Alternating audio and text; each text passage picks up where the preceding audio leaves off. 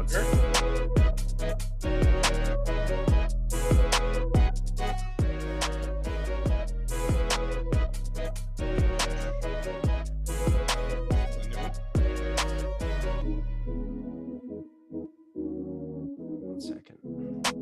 All right, I'm good.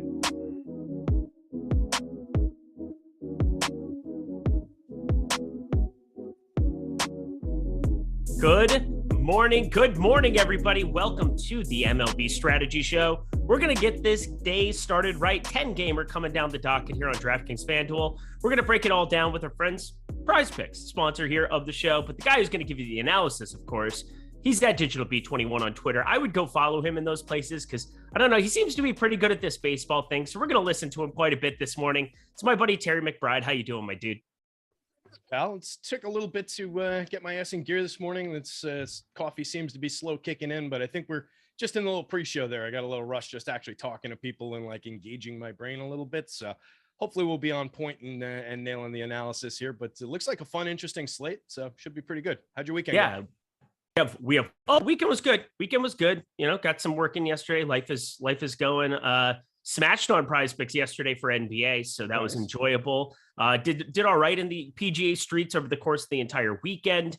Made some back on Showdown. It was a good weekend overall, but looking forward to this MLB slate. I'm not on an NBA show tonight, so I might not even have to play a ton of Showdown. Kind of a good feeling. I'll just kind of invest all my time and energy here. I'll be on later with Neil. We'll be doing MLB Live before lock, but I'm excited to talk about this slate with you. Per usual, anything that you saw that stuck out to you this weekend? Josh Donaldson, Tim Anderson, that was fun. Not fun at all, but just absolutely. MLB's, the disciplinary committee's investigating now. So yeah, they got into it. Tim Anderson, it was good to see him hit the bomb because, you know, I don't cheer for the Yankees. I apologize, but I love even if it's a divisional rival, Tim Anderson, good to see him in the second half of the doubleheader come back. You know, hopefully got some of the stuff out, some aggression out from everything else that happened over the course of that weekend, but not really something I'm inclined to talk about. Yeah, I mean, look, even as a Yankee fan, I was glad to see Timmy hit that home run. I really, really like Tim Anderson as a player. I think he's terrific. It seems like, I don't even want to speculate on it. It seems like Donaldson thought he was saying one thing that they had said before, and, you know, maybe it was confused, but who the hell knows? Maybe he's just a racist asshole. I have no way of knowing. So yeah, this sucks. Yeah, it's not a fun deal. Kind of put a damper on yesterday's baseball game, but for the most part, it was an enjoyable weekend of sports, and hopefully we can, focus on that here going forward. And you know that my Rangers got back in the series yesterday 2-1. Yeah, I was gonna say.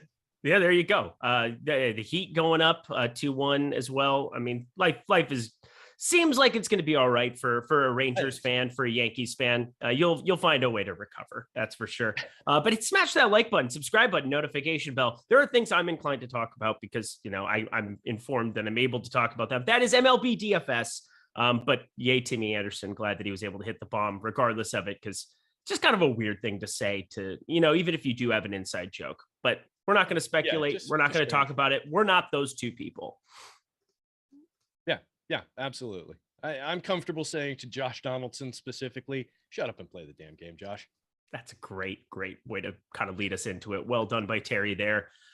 Let's do it. Los Angeles Dodgers, 5.4 implied runs at Washington Nationals, 3.6 here. Tyler Anderson, 23.3% K percentage so far this year. Is that something that we're going to see maintaining? Because I would be all right with that.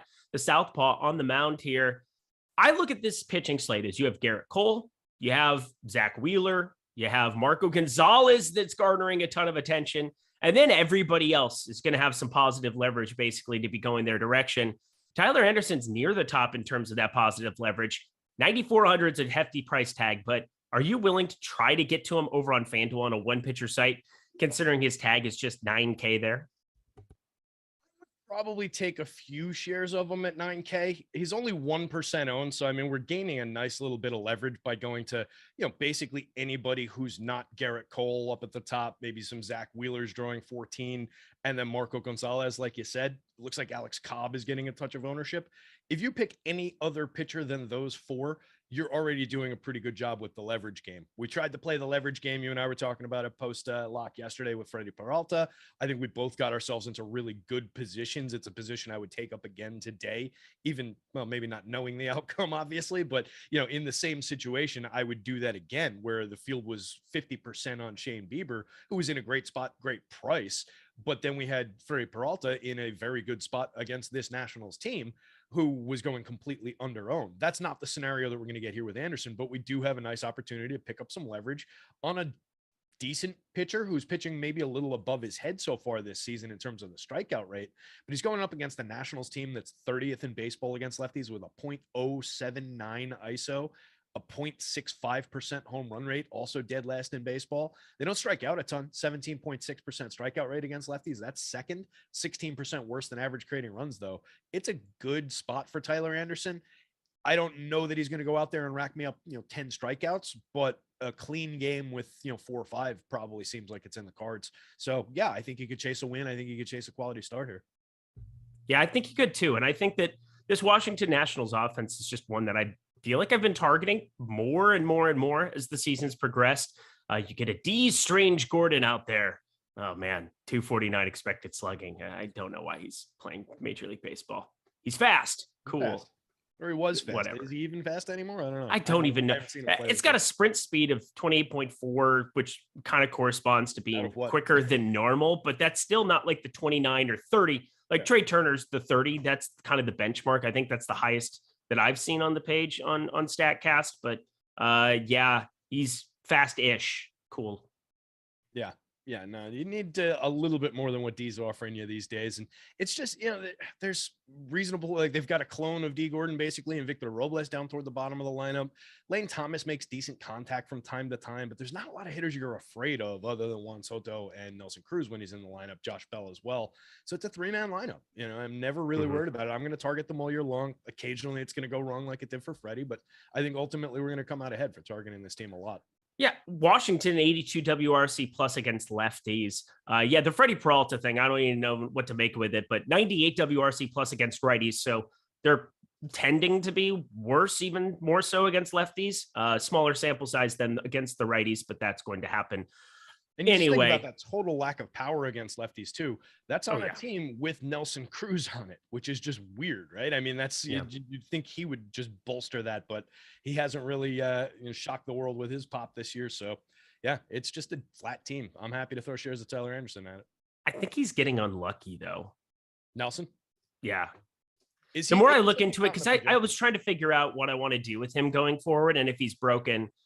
The exit or the launch angle is just down to sub 7.5 degrees, which in a world where he's been the foremost guy, need to get loft on it, need to hit it hard. And obviously the harder you hit it, it generally ends up being more of a line drive. You're not hitting pop flies to the 15, 20 degree type angle. You see a guy like Justin Turner, he's hitting a lot of pop flies, 18.4 degree launch angle on the other side. And you basically just know that his timing's off. He needs to start driving the ball more. But with Nelson Cruz, I mean, he still has a 45% hard hit percentage. He's still got an expected slugging of 568 here in the early going. That's improvement off of the last 2 seasons. I mean, we're talking about a guy at 41 years old who's still showing pop, even if it's not showing up in the box scores. So I think I'm okay with it. It's just he needs to get back to like the 11.8, 9.4, 13.1 launch angle. If you just go through his career, this is by far the lowest he's ever hit the ball. Yeah, we're down more than 4 degrees over last year's 11.8, and the barrels have come down, obviously, as a part of that. The hard hit is down a lot, though. I mean, that's a big dip. It's around where he was 2 years ago in 2020 in that short season, 46.5, 44.2 this year, though. There are some concerning factors in there, but I mean, eventually the age does catch up with everyone. I would bet on the semi turnaround for Nelson. I do think we're going to see some power through the summer from him when he's in the lineup. So I'm not totally panicked on him. It's you guys were talking about on the show yesterday with Franmil Reyes, and I was pointing to some similar things. Like I still think Franmil's got something because he's still barreling the ball really well. He's still got a really, really good hard hit rate above 50%. We're not seeing exactly that with Nelson here, but I think there's enough here that we can say like he's probably not completely shot here yet either. Yeah, 10. You bring up a great point. Again, I love deep diving into some of this stuff. And hey, I'm not going to the gym after this show, so we can go 10, Nice. 20 over if you want to. Shout out Mike Lawrence behind the virtual glass. Awesome, taking care of us. Yeah, we have a 10-game slate with me and Terry. We were probably going to go 5-10 over. That's how it works. But in 2019, that historic season, the Bomba squad with the Minnesota Twins, 19.9% barrel percentage is one of the dumbest things I've ever seen. That's really, really dumb. He's down to 10.8% barrel percentage this season, which is all right, but that is the lowest mark of his last, 7 years in the StatCast era, basically, is what I'm getting at. So I think there are some visible signs where we can be concerned, but I also see signs that could be positives for him. I expect better results just because the StatCast data tells me so, and I trust that. Just because you hit the ball hard, you got to hit it in the right places once in a while, too. And eventually, a good hitter like Nelson Cruz, I'm going to give him the benefit of the doubt until we have, until it's July and I'm broke. How about that? Yeah. That's a ship that I'm just willing to ride down, at least, until I can see bottom. Maybe I'll jump off before we actually hit bottom, but that's one I'm going to give a lot of leash to, I think, when I do go to Nats, which has been in kind of limited fashion anyway this season. Really, it's a lousy lineup outside of him and Soto and Bell, so not a team I'm stacking a ton of anyway. Yeah, but I'll place in Nelson Cruz was what I was getting at. Him and Soto. That's, I think, been the 2-man game. I said 3-man game once upon a time because I wanted to roster Josh Bell. My wallet does not want me to roster Josh Bell anymore. That's what I'm learning. It takes a while for me. I'm a slow one. Jonah Dunn on the other side. I'm looking at him as a guy that just exists on this slate. I don't really know what else to say. Like, there's a number of these type of pitchers where if they fit into some SP2 spots, whatever. But I mean, is there any kind of conclusions you're drawing? Are you going to roster any today? Oh, I don't think there's any need to go to him on the FanDuel slate. If you want to get cheap, I think there's better spots to do it in than throwing a kid who's not really there yet at 36 2/3, 18.1% strikeouts, 13.5% walks, so 5.09 xFIP. Yeah. Not a lot to look at here, only a 6.7% swinging strike, probably not fully cooked yet. So you don't really want to throw that pitcher against this Dodgers lineup, as up and down as maybe they've been a little bit this season. It's just not a good spot for him. So even with price and everything considered, I just don't need to go here. Yeah, Zach Eflin. Oh my God. What a weird game that was. Why was his breaking ball falling off of the map yesterday? No idea. So bizarre. I mean, he's a guy that we've seen, pop up for big starts in the past. Like every now and again, he's got a good one, but I would never have pegged it to come against this Dodgers team. Forget it. Like that was a weird one. I had 12 strikeouts when I turned that game off and started focusing on NBA, but I haven't seen the Dodgers chase after a breaking pitch in the dirt that much in my life. Yeah. I mean, he had everything working. And that's the thing. Any of these major league pitchers, I don't care who you are. I don't care if you're Tucker Davidson. I don't care if you're Jose Barrios. I don't care if you're Garrett Cole. If you don't have it working, you're going to get hit. If you do have it working, you can have a game like that where just, hey, this guy's stuff is electric today. It is falling off the table, like you said, and he's snapping that breaking ball off like he doesn't normally. But guys just find the right release point some days. They've just got mechanics working a little bit better. And you see those huge starts pop up out of nowhere. So it's cool to see. It was frustrating on the DFS slate for sure yesterday, but definitely cool to see, and a weird one that he did it against his team. Yeah. Adon, he's dead last in the top pitchers tool. And by the result, you're going to see the Dodgers top stack on the board, nearly 15% over on DraftKings. That is some gigantic top stack potential, actually lower ownership share, but then you're looking at the leverage because of the value pieces, because of the way you have to construct the lineup, which is something that Alex has changed up in the last couple days or in the last week or so, just to give you guys a more indicative look at what the top stack tool means, rather than just playing 1 through 5. It gives you the opportunity. I think it's like, well, I think he explained it where it's 75% of it goes just directly off of what the ownership is, and then like another 25% based on the value. That shows slight negative leverage, but who cares? This is a Dodgers team that I think you can roster ad nauseum pretty much any day against any pitcher, let alone against Adon. How do you feel about the Dodgers today, Terry? Yeah, I think they're definitely a target here. They are drawing a good amount of attention on at least the top half of the lineup. But I said it a lot lately. The bottom four in this lineup, in the projected, it's Justin Turner, Cody Bellinger, Chris Taylor, Gavin Lux. That could be the top four for a lot of teams in this league. Like 20 out of the 30 teams could probably have that as their top four. So they're always worth targeting. You might, they're the road team today, so you've got a better opportunity for them to pick up a full amount of plate appearances. You might sacrifice one in comparison to what Mookie Betts sees. But there is good reason to go to those guys. They're all cheap. They're all low owned. So they help offset a lot of that heavy weight of ownership. And you can stack this team in a lot of different ways. There's some multi-position baked in there around a Max Muncy, around a Gavin Lux if he's in the lineup.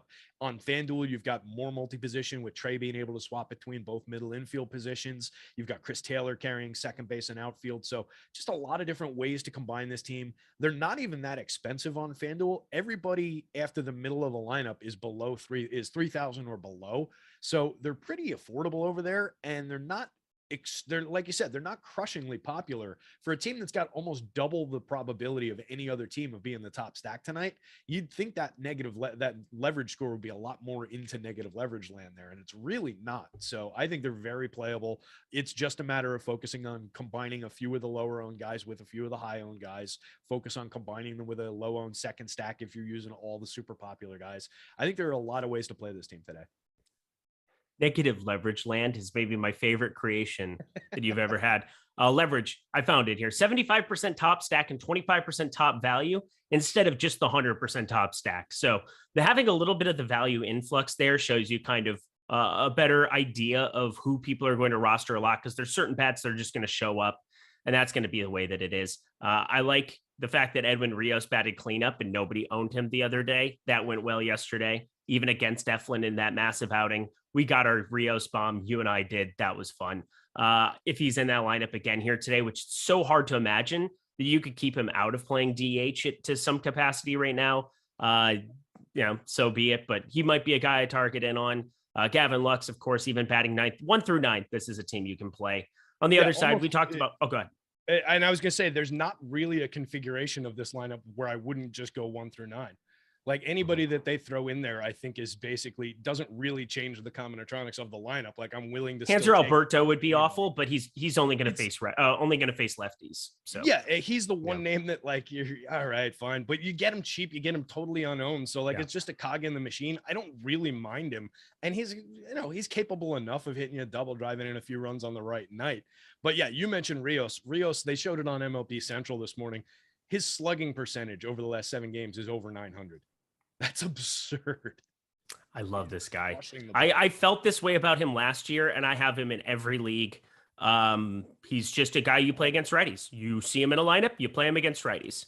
He won't be in a lineup against lefties, so you don't have to worry about it. But until that day comes, I mean, Edwin Rios is just a monster, and enjoy watching him. His plate discipline, too. It's getting better. I mean, he's around a 39.6% K percentage, but he is up there to swing lumber. And that's always a good feeling, too, is you never get the walks out of him. But I don't really care about walks unless you're going to steal bags in MLB DFS. Yeah, I care a little bit about it just for correlated scoring. And it's true for FanDuel purposes. For some of it. But I mean, I mostly want a guy who's going to put the ball in play and the guy who's going to hit it hard. To go you one better on what you were just saying, 23.1% barrel rate so far this season.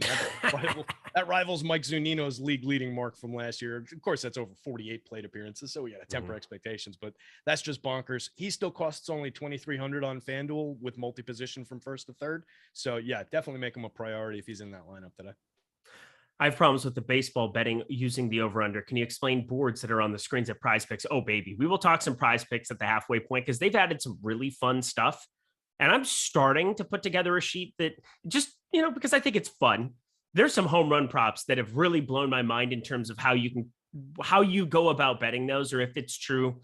I was like, this can't be 50-50 in certain spots. And then, of course, Pollock hits the top of the 9th under home run against Aroldis Chapman yesterday to bust my really massive card, but whatever. Stuff like that happens. Let's move it along here. Baltimore Orioles 2.5 at New York Yankees, 5 implied runs here.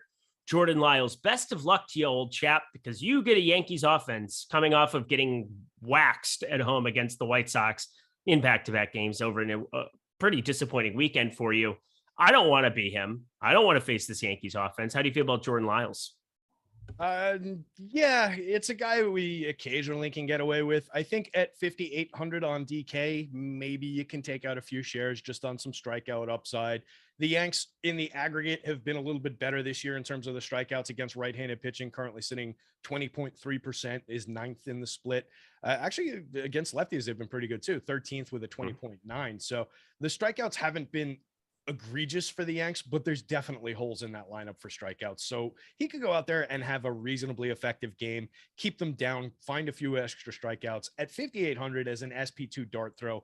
I don't totally hate it. I don't think you're necessarily just tanking lineups at 8,100 on FanDuel. No, thanks. That's just not the good value price for Jordan Lyles here. It would be very, very minor interest though on the DK slate there. I think there are other spots, even crazy negatively leveraged over-owned Marco Gonzalez is probably better than this spot. But if you want to get away from that ownership, it's a similarly priced pitcher and, similar probabilities. So with limited interest, I guess you could go there. With Gallo on the COVID list, that's one bat that isn't going to be auto strikeouts. You're going to get Aaron Hicks, 22% K percentage in there pretty much every single day. Marwin Gonzalez is up to 35%. I guess they've had to play him more than you would want to play Marwin Gonzalez at this stage of his career. I would say that, but Jordan Lyles, not going to be for me. What was that? I was just chuckling. I had so much Marwin yesterday because he was the min price and he's 3-position eligible on FanDuel. So putting him with DJ, who's also 3-position eligible, and then Edwin Rios, who was 2,200 or something like that in the cleanup spot. I was just moving those guys around lineups and just, having a lot of fun with combining it, but ended up with way too much Marwin, a player that I don't really like. Jordan Lyles, though, what I was looking for in my phone here, struck out 8 of these Yankees in his last start. So, I mean, there is some hope for him. 43-pointer on FanDuel. He's been pitching kind of okay throughout the season. So maybe he does find a few extra strikeouts. But yeah, you mentioned no Joey Gallo there is definitely going to hurt his chances of doing that. And just not a very good pitcher. Yeah. Estevan Florial. It'd be interesting to see what he can do at the big league level here. Lefty bat, if they end up playing him over Marwin, I would, because what do you have to lose? But you kind of need Marwin, I guess, out in the field in certain times. But it's 296 slugging. Expected slugging is just not it. It's not it. And it brings down get the him. bottom end of that lineup if it's he's at 2K. I get it. Yeah, but if it's IKF, Jose Trevino, and Marwin, that's a pretty rough bottom third now. So they're gonna have trouble turning the lineup over. Any one of those guys, Marwin in particular, can see some pitches, find his way to first base. IKF, decent hit tool, but that's not the loaded version of the Yankees lineup. So we'll see what rolls out there. Lyles had 6 earned runs, 7 hits in his first. That's from Zeus Q DFS watching us over on the Twitch stream. Hey. Yo, Twitch needs love too. We appreciate you. Smash that. What is it? Bit button. I don't know what it is. It's got a little heart button. I used to watch a lot of Twitch, especially during the pandemic. League of Legends. Whew. Those were dark days, but still, it was a lot of fun. I did. Yeah, that's right. That was the only time. You totally did. Everybody did. You had to watch Twitch. That's right. Yeah, I didn't know anywhere else to watch it. I would have watched people play competitive lawn darts at that stage of life. It didn't matter what they were doing. If they were competing, I was watching it. But on the other side of this one, what? Marble races? Oh no, stop. I swear to God, there's an article somewhere on Side Action from me writing about the competitive marble races. There was nothing going on. Yeah. All right. Well, let's do this. Let's talk Garrett Cole, because I think he's obviously a discussion point on today's slate. DraftKings right now, by far the most owned pitcher, 55.5%. Actually, not by far, because Marco Gonzalez, riddle me that, Batman. But Garrett Cole, 35.7% on the FanDuel slate at $11,000. How do you feel about Garrett Cole, over or under 36% for you as it stands at 8:23 a.m. out here on the West Coast? Probably under 36%, I think. And it looks like I accidentally reversed my DK and FanDuel ownership. So I built some lineups just for the hell of it, and I got more, and I think I'm just going to have to cap it and not – I can't play 36% of anybody at 11K. Yeah, I mean, there are just other pitchers. There's not a ton of other pitchers on this slate, but there are other guys I want to get to and I want to have some room for, like a Zach Wheeler at, not at less than half the ownership. I think is definitely interesting for 700 less. So Luis Garcia, I definitely think is interesting, a positive leverage, low single digit ownership. So I want to save some room for those guys, but it's not the deepest overall slate. So if I come in, 25% to the field's 35%, I think that's probably about what I'll do. And I'll thin slice it even more than that, I think, on when I run the crunch, because I run out like 1,000 lineups. I'll probably put him 15, 20%, somewhere around there for that, just so I can capture a large swath of the field for everybody else. And then when I do the sorting process, he'll come up and he'll probably appear in like 100 out of the top 150, and I'll have to whittle it back down to like 25%. But I do think that's what I'm going to do here. Yeah, in this hypothetical world that you created this morning, negative leverage land, Garrett Cole is the mayor today. He's the absolute, he's the mayor of negative leverage land, but it's appropriate. It's a fantastic matchup against the Orioles. Against righties on the season, you're looking at a 97 WRC plus, 130 ISO. I mean, middle of the road, which is better than you can say than most iterations of this Baltimore lineup over the last, 3 years. But this is Garrett Cole we're talking about. He's wiping his butt every single time up on the mound. So something's happening. Maybe that's just his routine, Terry. Maybe that's just what he's doing now before he throws. He's wiping the back of his pocket every time.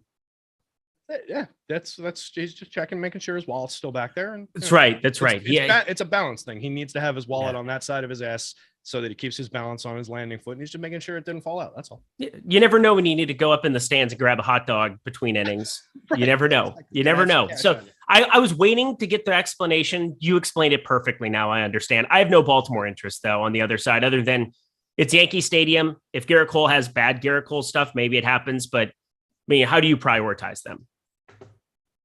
Yeah, I don't prioritize them. Super low priority. I would maybe take a couple shots, especially if I'm going way over the top on Cole ownership, which is not necessarily my strategy. But if you're out there and you're saying, hey, 35%, let me get way up over that number on FanDuel, or let me get over the 55 on DK, then you might want to grab some hedge stacks. Still warm here in the New York area. Still definitely going to be balls flying out. We know that Garrett Cole can make a mistake or two here and there.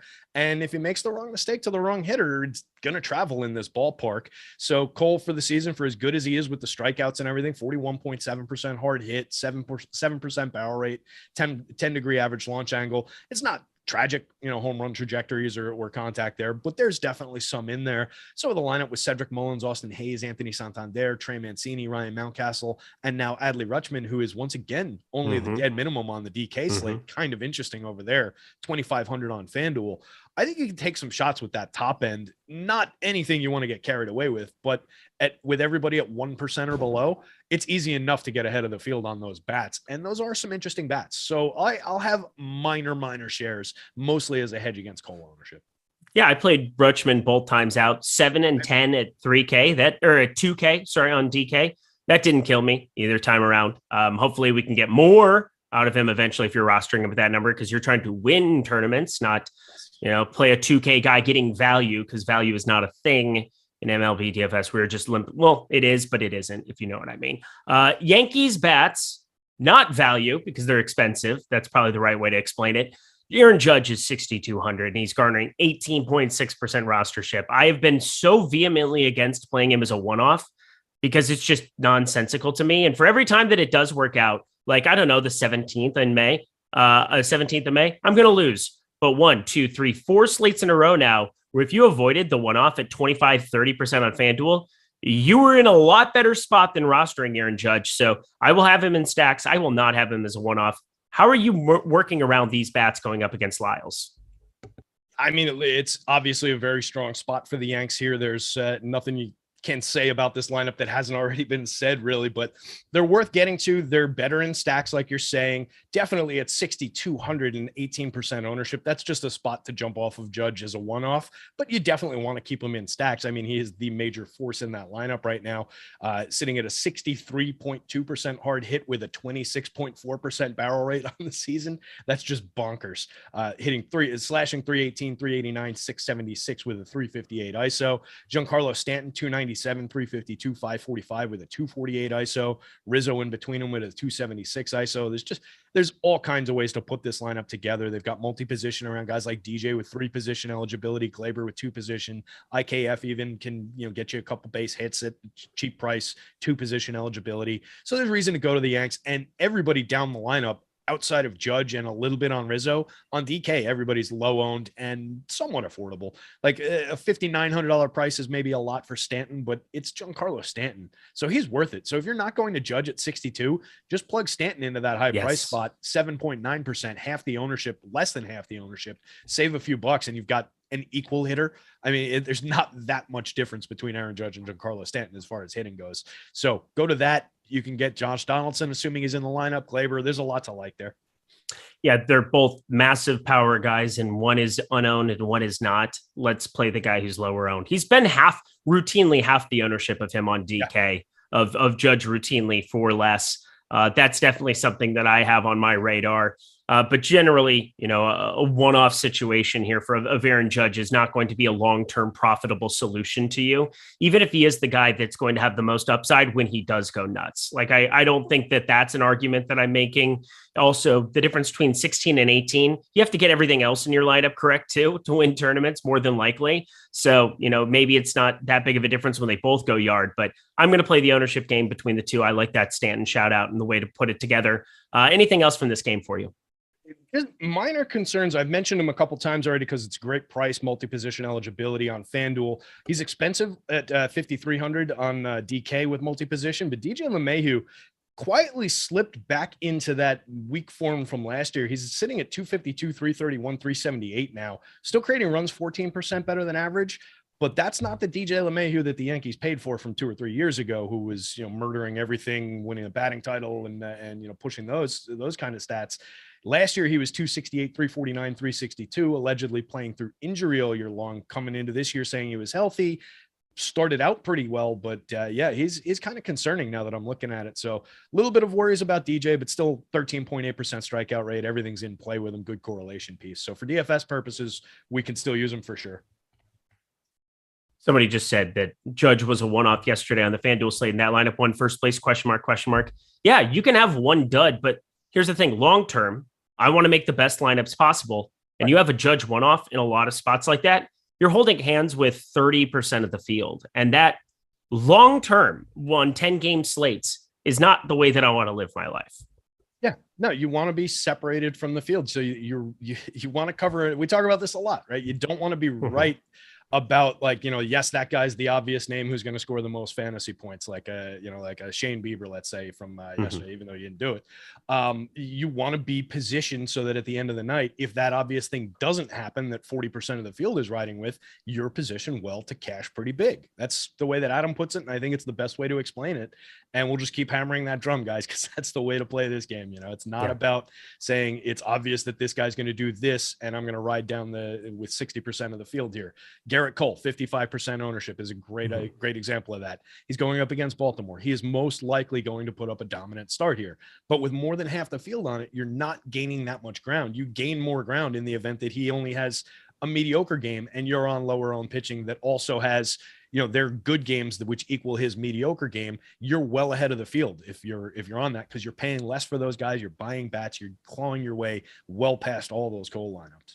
Yep. And to kind of finish and close the loop on it too, if you have 4 Baltimore bats and you want to play an Aaron Judge one-off, go ahead. But this is kind of a hard and fast rule for me, where if I have one guy that's just tremendously popular and I'm putting together my one-offs, because I love doing that in Cruncher. I think Terry and I talked about that last year a little bit together, where you can go to advanced settings, you can put 1 as your stack size, and you can pick which one-offs you want, and you can cap them now on those specific spots. So you can pick who you have as one-offs in certain lineups. For me, it's just kind of going through and sorting the lineups themselves and then making sure that I get the right ones from the right teams. I can guarantee you the right ones of almost every team will not have Judge as one-off. Yeah, absolutely. That's something that I do a decent amount, where I'm just going through and I'm looking for the right hitters, the home run hitters, the guys that, I think are interesting. And I typically do leave out the over-on guys, or I'll go in and when I run that specific crunch, I'll jump in and I'll change my ownership. I usually go really thin on ownership for individuals anyway. And then I'll go in and I'll thin slice it on top of that, so that I'm just not getting that much of them. And I'm only letting it get, 1 player from this team in every X lineups that you run. So then if it's thin on the ownership, like, it just becomes a situation where he's not going to come up that much. And you avoid some of those pitfalls of just, the heavy ownership on a 0. All right. Well, Awesemo Plus Tools and Content is where I learned how to play MLB DFS from some of the best guys, Terry McBride over there, Alex Baker, Steve Buzzard, all the guys who work behind the scenes, do all the amazing work on the tools. You can get all of that. Use promo code MLB Strategy Show. All caps, one word.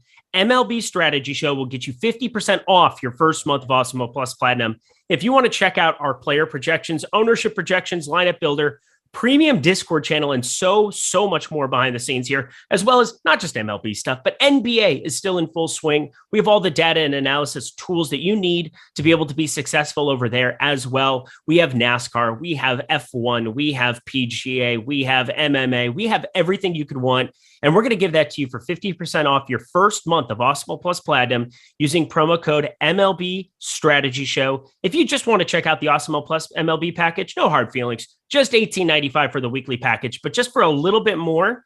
And it's actually with 50% off of the $39.95. It's going to, that would be the weekly, but your first month, 50% off of Awesemo Plus Platinum. That is MLB Strategy Show. Stop guessing, start winning. Join Awesemo Plus today. All right, 8 games to rock. Let's go. Philadelphia Phillies, 4.5 implied runs going up against the Braves, 4.0 down there in ATL. Zach Wheeler, he is the pivot du jour. He's the guy that you're looking at if you're trying to get off of the massive amounts of Garrett Cole. On FanDuel, you get a $700 discount going that direction. That's very nice. You're only getting $600 on DK. There's a little bit of negative leverage to be had there, but is almost half of the ownership of Garrett Cole. How do you feel about Zach Wheeler as a pivot to one Garrett Cole? You're taking on more risk in terms of the profile of the opponent as far as the offensive upside of the Braves versus the offensive upside of the Orioles. But with the talent of Zach Wheeler, I'm perfectly happy going to it. 25.9% strikeout rate over this season. He was 29.1% last year, a 2.84 xFIP last year. This year, a 3.27 xFIP, inducing a 12.3% swinging strike rate, though, which is exactly in line with where he was last year.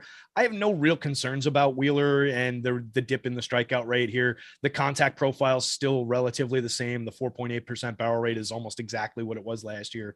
A little bit more hard hit, but a lot of happenstance in there. So I'm happy taking out shares of Zach Wheeler here, going up against the Braves lineup that does have a tremendous amount of power against right-handed pitching. 172 ISO, a 3.64% home run rate. The home runs are 4th best in baseball, but they strike out at a 28th ranked 25.6% clip against righties. So there's plenty of strikeouts here. They've actually created runs 2% worse than average against righties. So it might even be a more sneakily good matchup. I think that's the right way to say that. More sneakily good. More sneakily good. I like that.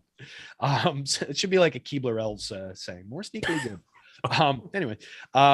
So I think we can take some shots here with Wheeler as a pivot. And I'm not really sweating the 29% ownership at 9,900. That's probably a little bit cheap for his talents on DK. I'm going to have more Zach Wheeler than Garrett Cole. I think that's fair. Yeah, it feels like I'm basically giving up 2% K percentage. I look at Atlanta and I kind of expected to have them deter me from rostering them. As you said, 91 WRC plus again in the split against righties. I mean, that is not good. 162 ISO, that'll come and bite you from time to time. That's top 10 in baseball, but 91 WRC plus, if he gives up some solo shots, so be it. If Zach Wheeler's going to continue to be limiting damage the way that he is, he's got a 294 xWOBA on the season, 370 expected slugging, limiting hard contact. This just stands out as a spot where Garrett Cole profiles better. I think Baltimore long-term, the better matchup. Wind's blowing out. It's 70 degrees in Atlanta today. It looks like it's going to be blowing out 8 to 10, going out to left field a little bit here, but yeah, I feel all right with it.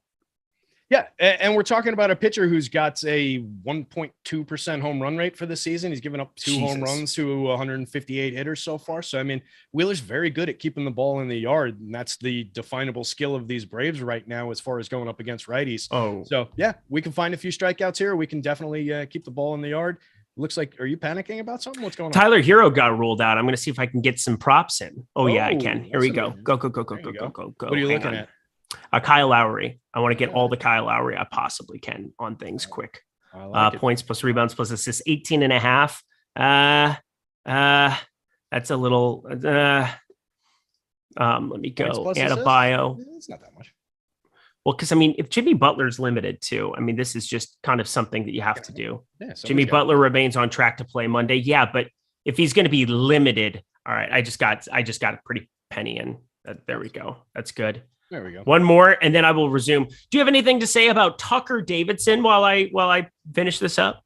Yeah, he's holding this spot warm until the Braves decide that they need to start starting Spencer Strider. But yeah, no shit. Why isn't he in the bigs? Dude, Spencer, well, he is. He's in their bullpen. He's dominating. You know what I mean? Stretched out out in the rotation. Yeah, yeah. I mean, we're Michael Kopeching this. He was supposed to get last Tuesday's start, and then whoever it was that had the Monday start got hurt in the middle of the start, so he had to pitch 2 innings out of the pen that game, which bumped back his opportunity to start. He pitched a few more innings out of the pen last week, but yeah, Spencer Strider just dominant strikeout pitcher right now. If he's still on your waiver wire for season long out there, pick him up because he'll be in this rotation soon enough.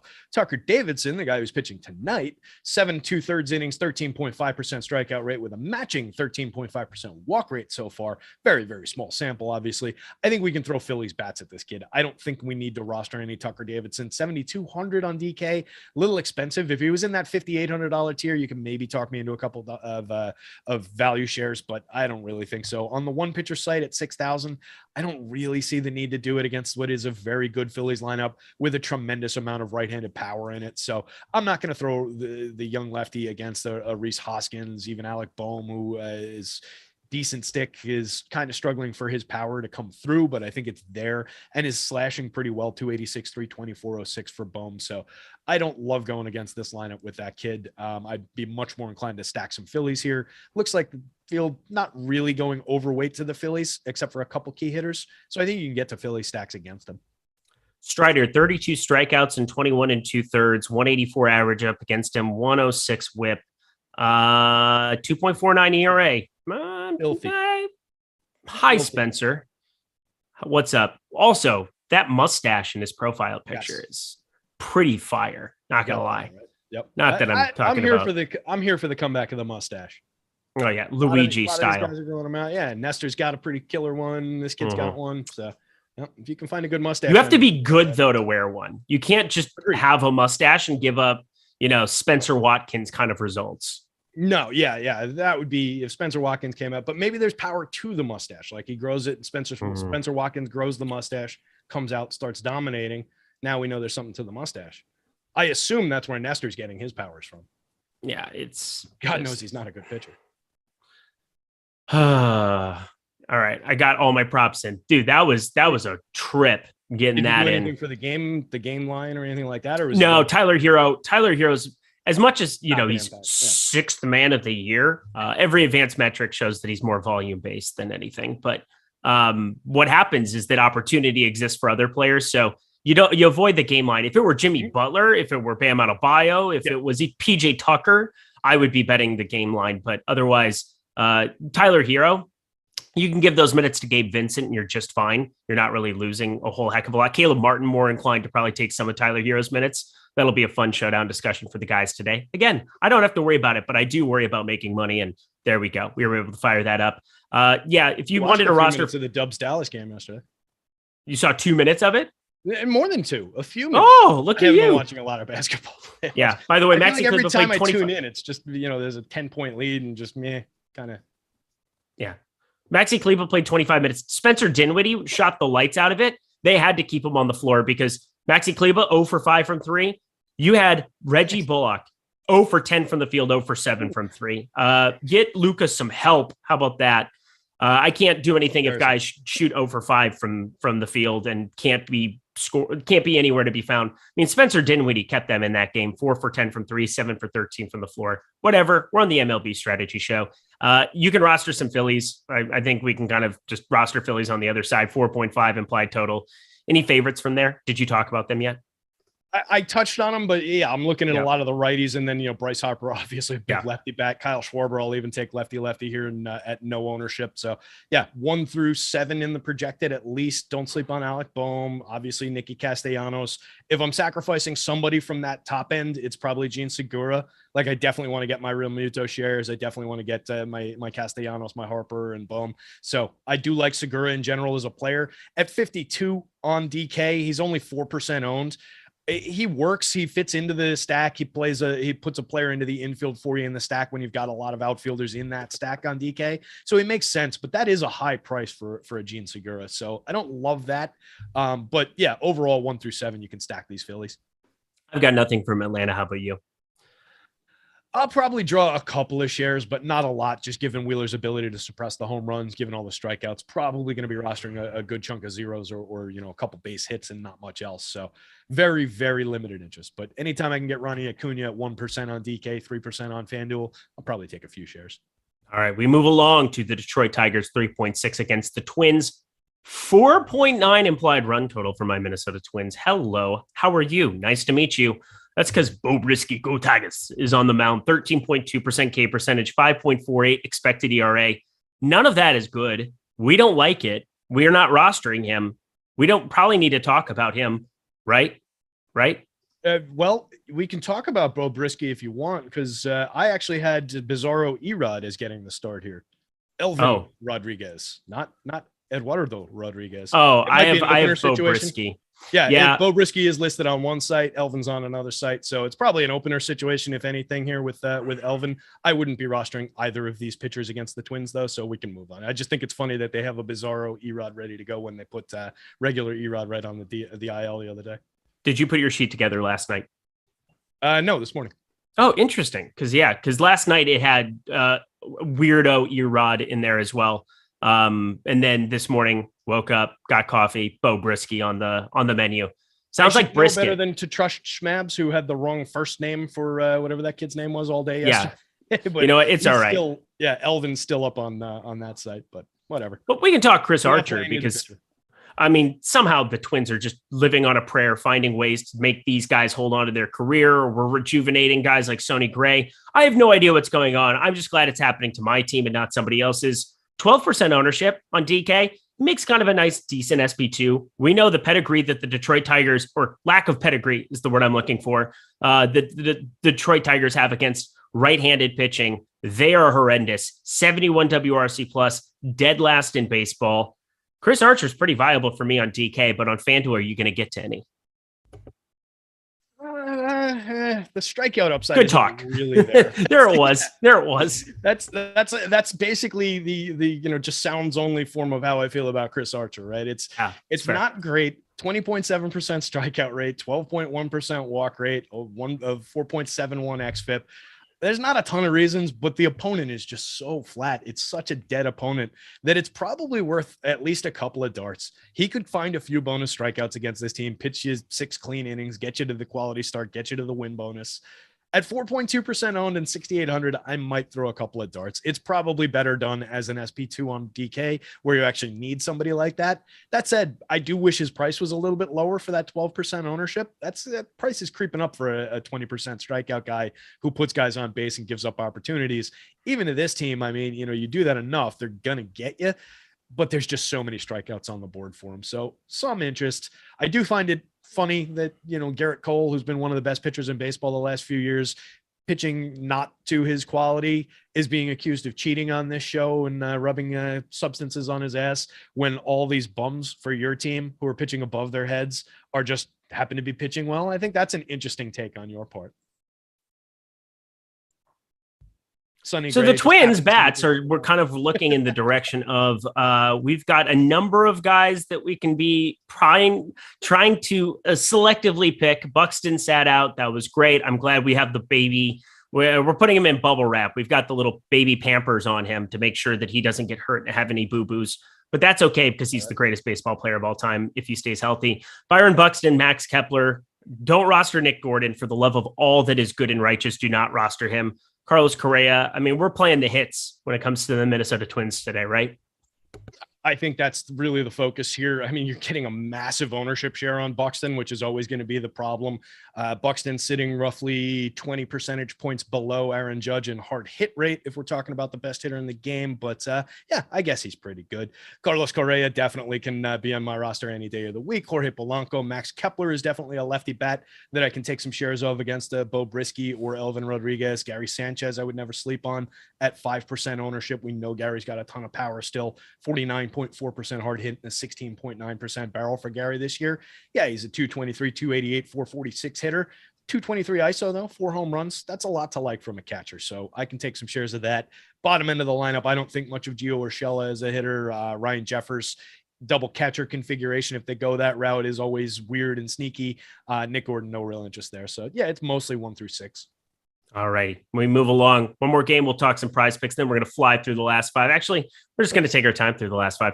Toronto Blue Jays, 3.7. Took an hour for the first 3 games. It would only be fair to take our time with the rest. Yeah, no kidding. I was going to say, I'm in no rush. I chose no gym today. It was a good decision because I just knew I wanted to kick it, relax. It's also my wife's birthday, so I have to put some stuff together. Very nice.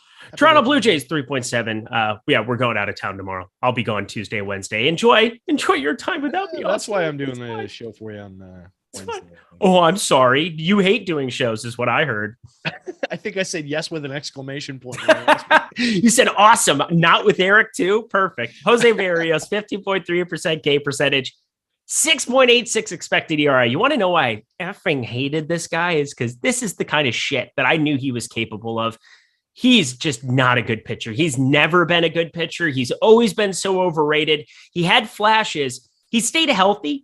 He's had multiple seasons where he's thrown more than 3,000 pitches. That's a plus, but not when they're bad pitches. And now you're seeing just a 15.3% K percentage. You just knew he was bad. I knew he was bad. I know you knew that he was bad. Is he still good enough to get to any shares of today against the St. Louis team that mashes lefties, but is they're not killers against righties? Not anymore. Not with Nolan Gorman lurking in that lineup now. That lefty. So great. Welcome to the show, kid. Dude had 15 home runs in the minors so far this season when they called him up the other day. He had 11 in the first 2 games of the season. I mean, it's just absurd. 18-4 yesterday. Having him is unfair. Yeah. And they were talking about that on MLB Central this morning too. Just their infield is just absolutely elite now with Goldschmidt and Arenado on the corners, Tommy Edman sliding over to short, and Gorman at second base. Brendan Donovan too. Yeah, it's a ridiculously talented lineup now, top to bottom. I really like this team. So no, I don't need any shares of Jose Barrios going up against them. I think he's probably better than what we're seeing right now. 26.1% strikeouts, 5.8% walks last year with a 1.06 whip, a 3.59 xFIP. I don't know that he's necessarily that good. He's probably somewhere in between. If he settles like a 23-ish, 22-ish strikeout rate at the end of this season, that's probably about what we should expect. Maybe a little slightly above a 4 xFIP. So he's not this bad, but he's not as good as he's been. So yeah, I'm much more inclined to draw some Cardinals bats here. Looks like Gorman at mid price is getting a lot of attention on DK, and nobody else is getting any attention whatsoever.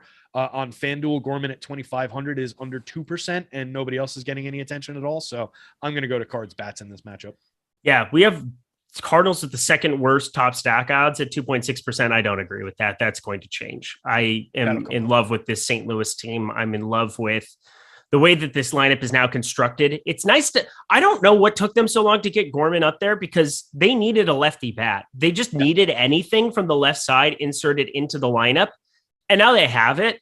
And now I really don't want to screw with them in any kind of capacity with pitchers. We saw what they did to Mr. Carlos Rodon. That is going to be what they do against lefties all season long. But even against righties now, there is going to be hell to pay if you miss. Juan Yepez as well. It's just been smashing baseballs in the early going. It's regressed a little bit, but like everybody top to bottom in this St. Louis lineup is viable for me. I think it's viable for you. I'm going to get to a lot more than the field is in St. Louis there. So there's that. Yeah, and even the righties, like the righty matchup is they've been a little bit rough against righties in terms of the power, the run creation and everything, but we're still talking about, especially with Paul Goldschmidt and Nolan Arenado from the right side of the plate. Those are 2 of the best hitters of the last 10 years in the middle of that lineup.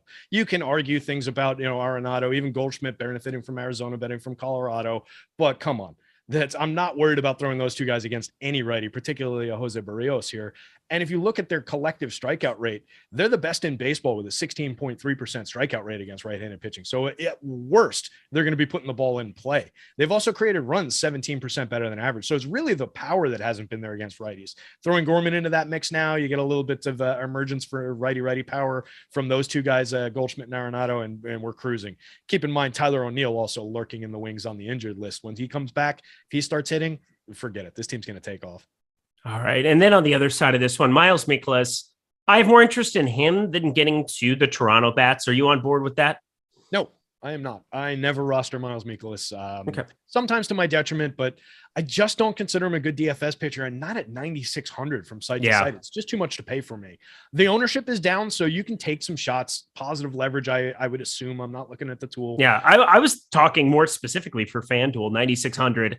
DK, I don't really know how I get to a lot of him at 9,600 there. I mean, he's got an 11.9% top two pitcher percentage. I can tell you one thing, our projections have liked Mikolas a lot more than I have over the course of the season, and they've been right. Yep. So yet again, the computer smarter than Eric. Look at that. Or the team at Awesemo smarter than Eric. Look at that. Both of them. Yeah. Accurate. And look, that's something that, it's a struggle. I struggle to trust my own numbers, and then I struggle to trust the site's numbers on top of that. And, but you're going to be right about some. You're going to be wrong about some. It's exactly. Knowing that when you're wrong, you can at least figure out why. Yeah, and if you're right, you can figure out why, because a lot of times you're right and you don't think about it again. Mm-hmm. Absolutely. And it's important to think about those things and adjust and consider your process and consider why you made these decisions to like yesterday with Freddie Peralta. Why did I make a decision to roster Freddie at 30 and Shane Bieber at 10 when the field was at 50% on Shane Bieber? I thought it through after the fact when Freddie put up a 0, and I was still happy with the decision because I think it was the right decision in a vacuum. So I think in this case at 9,600, it's just, especially against the Toronto lineup that even for all their struggles is still a very good lineup with a lot of lethal hitters. It's just not a Mikolas spot for me. 18.7% strikeouts, inducing a 7.8% swinging strike rate. This is who he is throughout his career. He's a low end strikeout guy, limits hard contact pretty well, keeps the ball in the yard pretty well.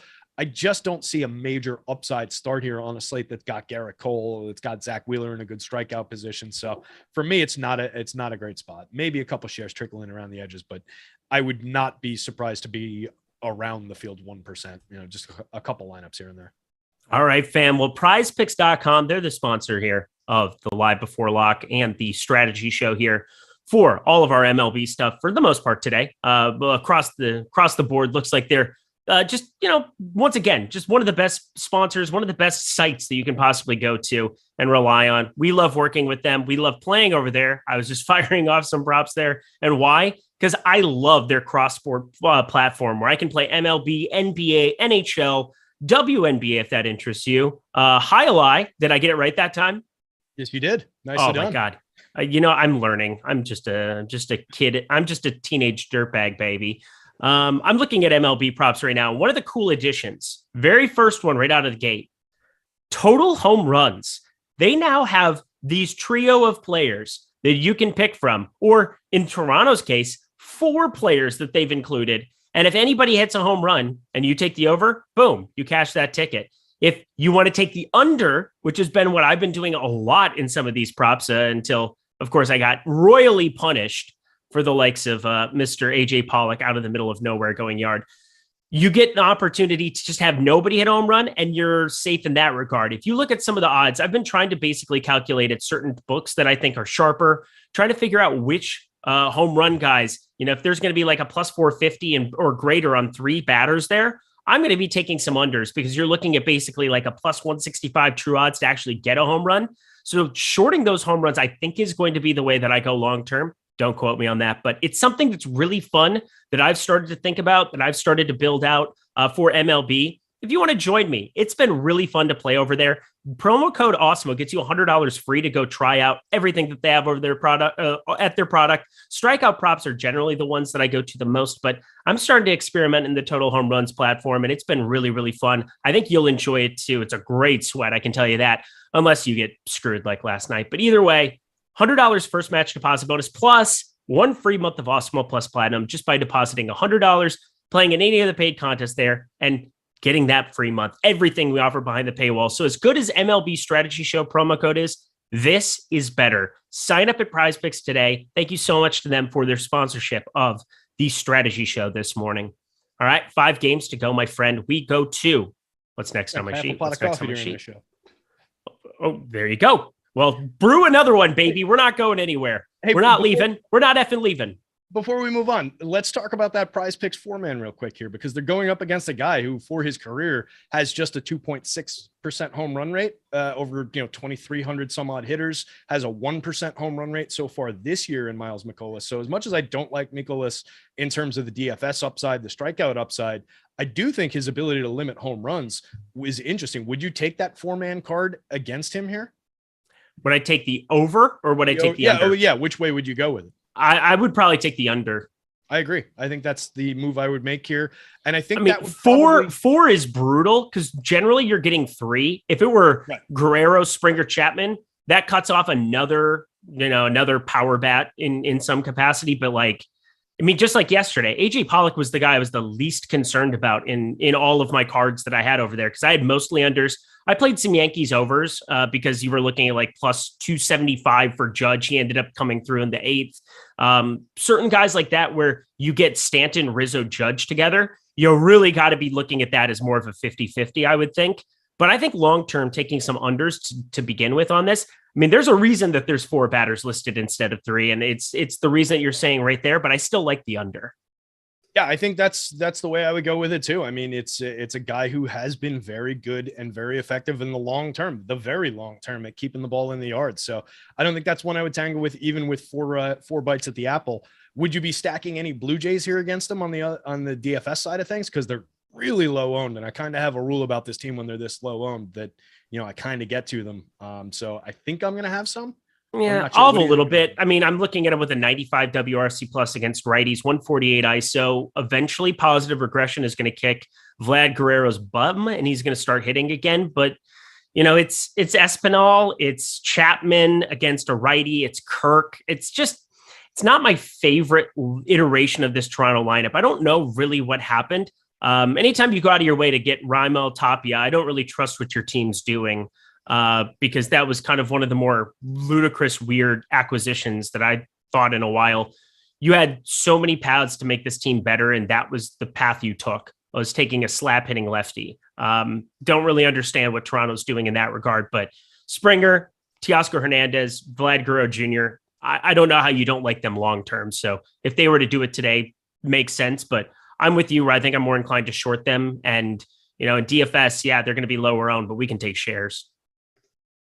I'll have some. Vladdy, you mentioned the concern about Vlad Guerrero right now. No home runs since May 5th. He's sitting at 7 for the season after a very, very hot start. Remember, it seemed like he was hitting one every day over the first couple of weeks. Vladdy also sitting 262, 347, 434. Those are not Vladdy type numbers. A 172 ISO, still creating runs 26% better than average, but his price is now below 5,000 on the DK slate. $4,900 Vladdy Guerrero at 1.8% ownership. $3,600 on FanDuel, 2.8% owned. I can take some shares of that as a one-off. If I'm not one-offing Aaron Judge and I've got that utility spot on the FanDuel slate, I might just slide some of Vladdy Guerrero into that spot at low ownership and take my chances, even with the ability of Mikolas on the other side to limit home runs. That doesn't mean Vladdy can't hit a couple of doubles, drive in a bunch of runs here. So I think he's at least a little interesting for price. And then the Springers, Bobichets, Teoscars of the world are definitely interesting around him. But it is, it's a tricky spot. It's a tough spot. They've been underperforming, and they're going up against a guy who doesn't typically yield big ceiling games. So it'll be interesting to see where they come out in later ownership numbers. All right. Cleveland Guardians 3.5 at Houston 5.0. Tristan Mckenzie has had a phenomenal start to the season. Normally just a strikeout guy, but now down to 24.1% K percentage, but a 0.96 whip going up against Houston. I know we've seen flashes against Houston. My mind always goes to the Shohei Ohtani outing. Not calling Tristan Mckenzie Shohei Ohtani by any stretch of the imagination, but it isn't as potent of a lineup as what it's been in the back half, I would say. Chas McCormick, Jose Siri, Litimus Diaz, guys like this. There's actually some Ks to be had there. I'm looking at 6.4% leverage over on DK. I'm probably going to roll with a little bit of Tristan Mckenzie because I think those strikeouts could creep back up. I understand this is not the place that you necessarily want to go overboard with, but Any shares whatsoever of Tristan Mckenzie for you today?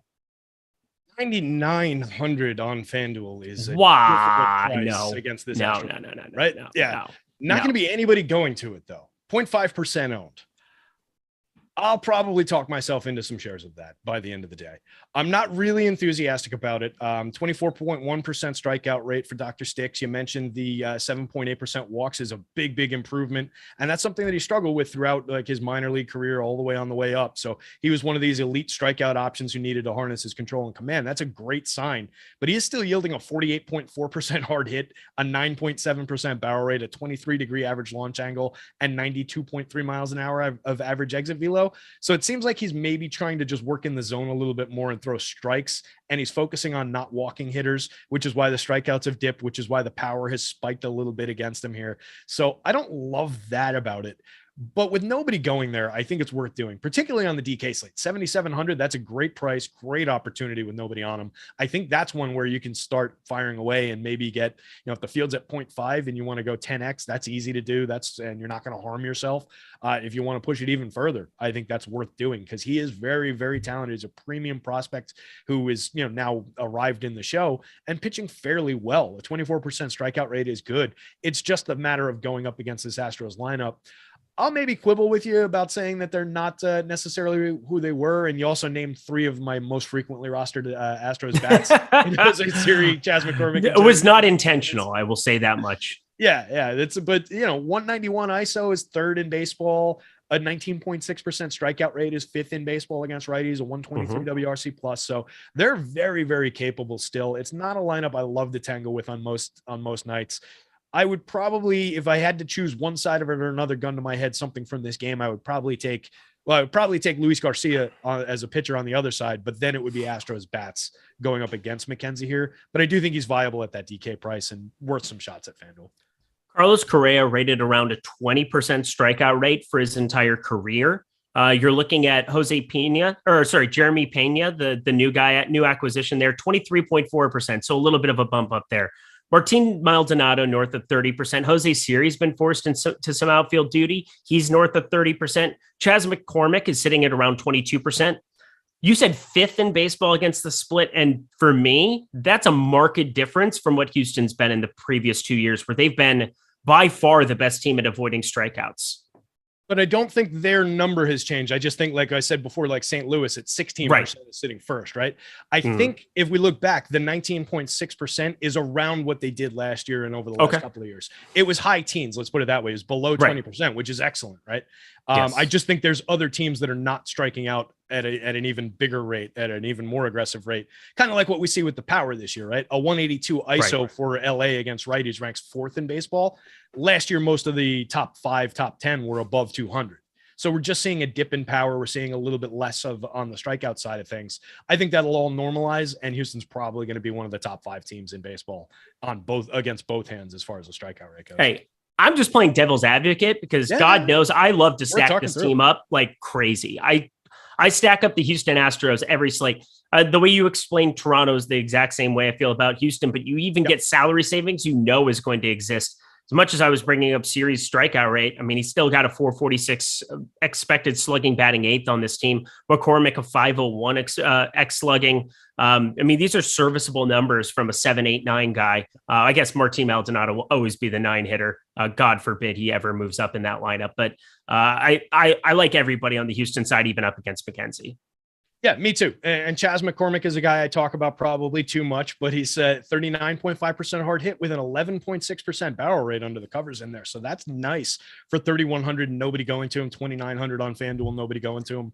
Hitting out of the 7-8 spot is not great in terms of the lineup, in terms of the home team, but that's a guy who's super low on that you can build into the back end of a stack, particularly a 5-man on DK.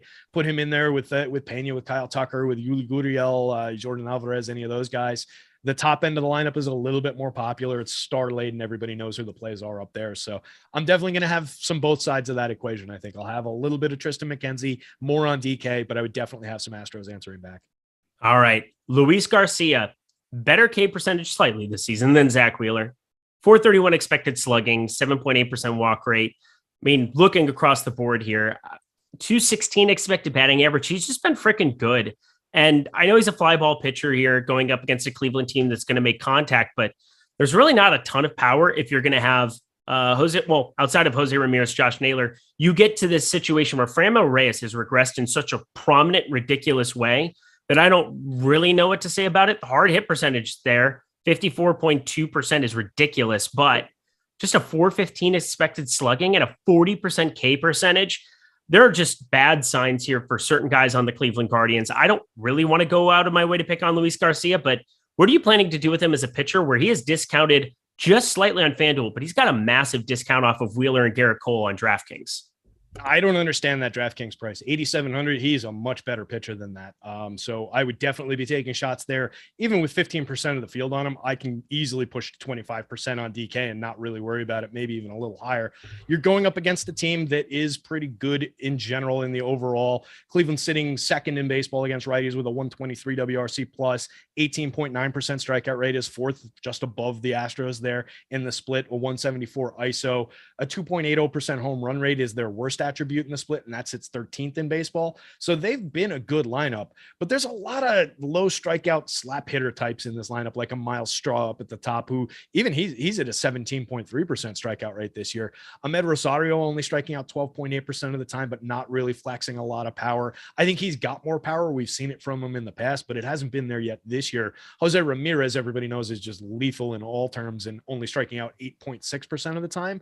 So with those three guys at the top, particularly the 12 and the 8%, it cuts down the average a lot. You throw in Stephen Kwan down toward the bottom of the projected lineup at 7.9%. Also cuts down the lineup a lot. You've got some strikeout targets. You mentioned Franmil. Austin Hedges is a strikeout target in that lineup. Andres Jimenez strikes out over 20%. Owen Miller over 20%. So I think a talented pitcher like Garcia could find his way to a few additional strikeouts, and he's just very, very good at suppressing offense. Keeps it down, 2.71 xFIP on the season, inducing a 13.1% swinging strike rate.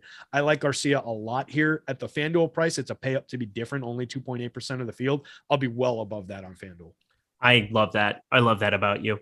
Jose Ramirez, because the difference between playing Jose Ramirez as a one-off here as opposed to Aaron Judge is that positionally you have fewer third basemen, whereas you have a zillion outfielders and so many guys who have a crazy amount of pop. Look around it. Harper, Cunha, you've got Stanton on his own team, Buxton, Alvarez. You look at the rest of the third base spot. Yeah, you have Arenado, but if you just look at fantasy points per game, Machado's the only guy who's remotely close to a guy like Jose Ramirez. Actually, a little bit better than, that's surprising, a little bit better than Jose Ramirez. It's just a positionality thing too. So Jose Ramirez, I'm just fine getting to as a one-off in some lineups. But as you said, I think I'm going to be prioritizing Luis Garcia here. That's for damn sure. Anything else from this game for you?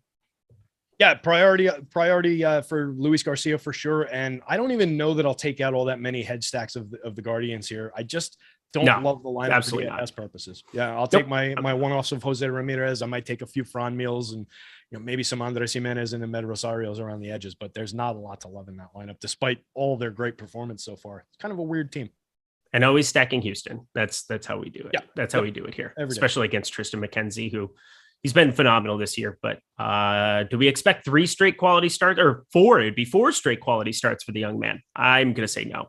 Shock me, but I mentioned the contact. I mean, you can target that contact profile with these bats. Yep. Kansas City Royals 4.2, Arizona Diamondbacks 4.3. Anytime you see somebody with less than the 10% K percentage, it's like, what are we doing here? But Zach Greinke, the nicest thing I can say about him today is he's cheap.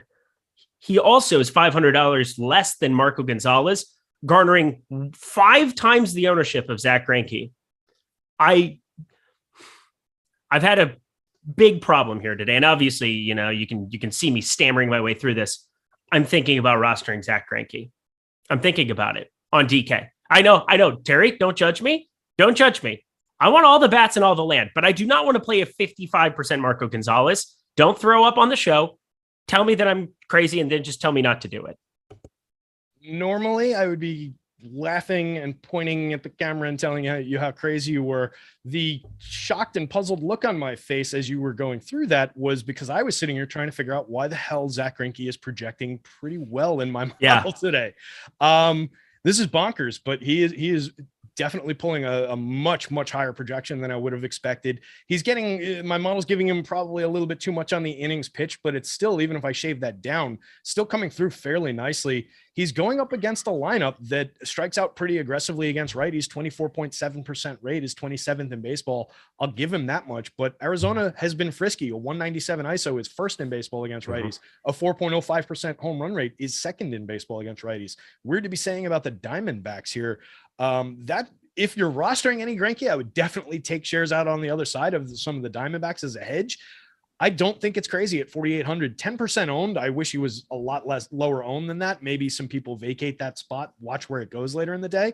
But yeah, I oddly don't think that's entirely crazy. And with the weight of the world on Marco Gonzalez, who is not a weight of the world type of a pitcher, I think you can get away from a lot of the field by doing that. And you're saving a little bit of money.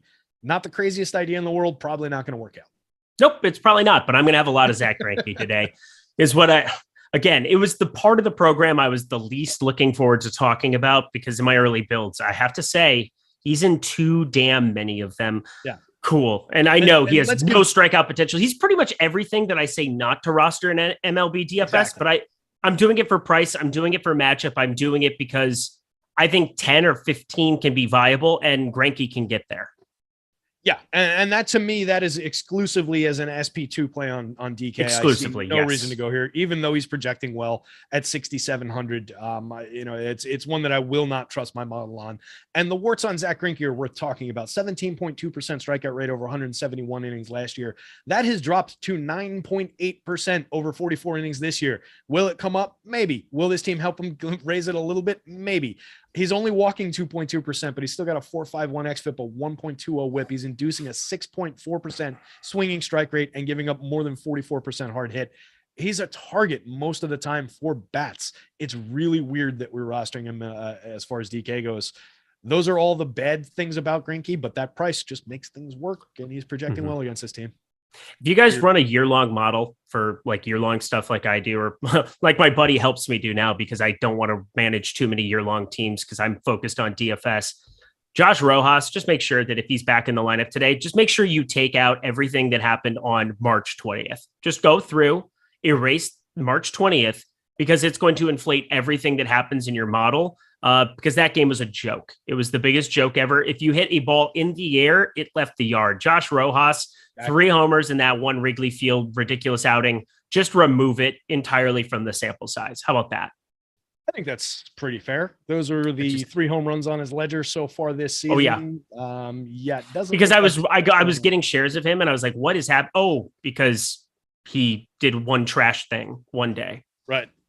Yeah, he was a guy who, when he dropped into the lineup at the beginning of the season after being on the IL, he was like 2,000 the first couple of days and was maybe potentially a little bit frisky. 283, 382, 478, creating runs 43% better than average. Well, over 55 plate appearances. Maybe if you're stacking Diamondbacks, I wouldn't say cross him out. Well, I'm starting to realize, middle infielder, cheap price. Yeah, I can do it. Yeah, I don't go out of your way for him based on, that 3 home run game by any means, but as a part of a stack, he's at least semi viable. He's not a great player by any means, but he's affordable. 4,300 on DK, I don't love. 2,400 on FanDuel is a little easier. Terry McBride. Eric, what if I told you the Kansas City Royals were the most popular team on the slate on Monday, May 23rd? ESPN 30 for 30, the Kansas City Royals experiment. What are we doing with this team on DraftKings where they are so popular against Zach Davies, who is a terrible person? Go ahead and Google him and his wife. He's an awful human being. But Zach Davies, I'm not rostering him. But are we going to roster Kansas City on the other side as popular as they are? I don't know about it. How about you? Probably not. I usually come up light on this team in general. Not a lot of power here, topping out at 4 home runs so far. Bobby Witt and Hunter Dozier both got to that mark. No Sal Perez in this lineup does a lot of damage to the power upside of this lineup. They're hit tool and speed focused. There are a lot of cheap prices. Carlos Santana for the dead minimum on DK, pulling 11% ownership is still kind of interesting. He's slashing 140, 292, 258 this year with only 2 home runs and a 118 ISO, but he's a guy who has hit 30 home runs in the past. I mean, that's kind of interesting there. Everybody else in the lineup, I could take or leave at these ownership marks. I don't really need it. I'll probably have some, but I'll be below the field on Royal stacks. Maybe some one-offs creep in. Zach Logue, Marco Gonzalez, moving ourselves along to the next game on the board. 3 implied run total for Oakland. I will say, I live in California, but if I didn't, I would be smashing the over on this 3 implied run total for the Oakland Athletics. Going up against Marco Gonzalez, the second most popular pitcher on the entire slate. And notice how I'm saying everything very unenthusiastically, because I don't feel good about Marco Gonzalez at 52%. Not because I'm still not going to roster Marco Gonzalez anywhere near that, but it's just knowing that he has the potential to burn me up against an Oakland Athletics team that's terrible. And my only plan of offense against him is rostering Oakland, which is never a pretty thing to be doing. But against Southpaws, they've been a little bit better, 94 WRC plus 127 ISO. Those aren't great numbers by any means, but they're better than their righty splits. And I'm just going to get to a little bit of Oakland here, and I'm going to try to get way, way, way under the field on Marco. 1, do you think the ownership is appropriate? And 2, are you with me? I think at 5,300, it's still way too high, but it's not completely insane. Right. It makes sense that people are going there, but too many people are going there. But I get it. At 8,200, I'm going to probably have no shares of them on FanDuel. Maybe I grab a few, but at 18% ownership at 8,200, I'm just not that interested. It's very matchup driven. You mentioned the Athletics are a little bit better against lefties, but you're talking about still a 130 ISO that ranks 20th, 97 WRC plus ranks 19th, 3% worse than average, 23% strikeouts. So there are some strikeouts there, and a 1.44% home run rate against lefties. That's 28th in baseball. Not a ton of power to speak of here. But I just don't want to be with half the field on a Marco Gonzalez. 14.1% strikeout rate this season with a 4.81 xFIP, a 1.50 whip, swinging strike rate 6.1%, 40.3% hard hit with a 9.3% barrel. He was slightly better for strikeouts last year, similar contact profile, worse xFIP. He's not a good pitcher. This is, if anybody can bring out the offense for Oakland, it is this pitcher. So I'm with you. I would rather have the Oakland Bats, as weird as that is to say. I won't have many of them, but I think that's the stance I'm going to take here. They're all super cheap. It's easy to put them together. Top 4 hitters in the projected lineup are all well below 3,000 on the DK slate. They're basically the same price on DK and FanDuel, which says a lot. 26s and 2,700s. So very hesitant to roster any A's, but that's the side of it I would prefer. I do not think of much of Marco Gonzalez. You ready for the statement I've been looking forward to the least in this entire show, other than saying that I recommended Zach Greinke? My favorite offense to get to on the entire slate is Oakland, purely because of this massive ownership on Marco Gonzalez and the opportunity of having certain hitters that you're getting discounted rates to be able to get up to better offenses. Yeah, it'll be a lot of 2-3 mans that I'll have there as well, but I'll have a lot of 5 mans as well. Chad Pinder going to be a priority for me. We got Noose, we've got Kevin Smith, we've got Bethancourt, who has the first base catcher utility going his direction, and Sean Murphy. Sean Murphy was like 5K no longer than a week and a half ago. 10 days ago, he was 5K. He's 3,200 now. He's the most popular batter out of this lineup, but I'm going to have an egregious, inappropriate amount of him today. We already talked about Oakland. I don't really have a whole lot else to add other than that. What do you think about Oakland? I mean, you just named most of the bats that I would be prioritizing. Ramon Laureano may be a little bit interesting at 2,600 on the DK slate and also on the FanDuel slate. Single digit ownership on FanDuel. 167, 310, 250 with a 0.083 ISO over his first 58 plate appearances after serving the suspension and all the nonsense. Maybe he's a little interesting. I'm not enthusiastic, but I will have some A's here. I'll probably be more tempered than you, I think, it sounds like. And they're pulling more ownership on DK than they are on FanDuel. So I'd be a little bit hesitant to say that that's a great position to be taking out because they are drawing some of that ownership, but throwing bats against 52% ownership on a Marco Gonzalez is always worthwhile. So yeah, with limited expectations, I do kind of agree that that's a good move. I almost gave you a spit take. If it wouldn't have gone all over my monitor here, I would have just given you a full spit take right at the camera when you said that they were going to be your most rostered stack, because it's worth it.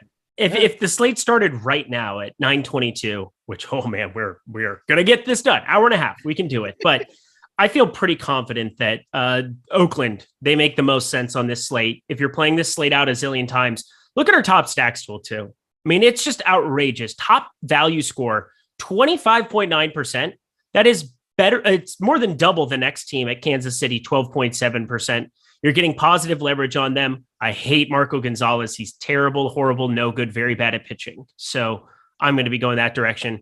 Seattle on the other side, going up against Zach Logue, though. This is kind of interesting because Zach Logue came out of the gate decent. It's kind of regressed. 531 expected slugging, 18.9% K percentage. This might be a both sides of it for me. I don't think it's too hard to get to Sim Seattle. I think Julio Rodriguez at 3,400 will continue to be very, very popular on DK, but I think Logue might be a pitcher I roster a little bit to try to find paths to get different. How do you feel about him? I think I'll probably be taking the Seattle Bats side of that one. They're pretty good against lefties so far this season. There's a lot of bats in that lineup that I like. So at 8,400 on FanDuel, he's projecting okay. I would probably let a couple shares trickle in and he'll be one of my lower owned pitchers. But I do think, nobody going there, it's probably worth a few shots.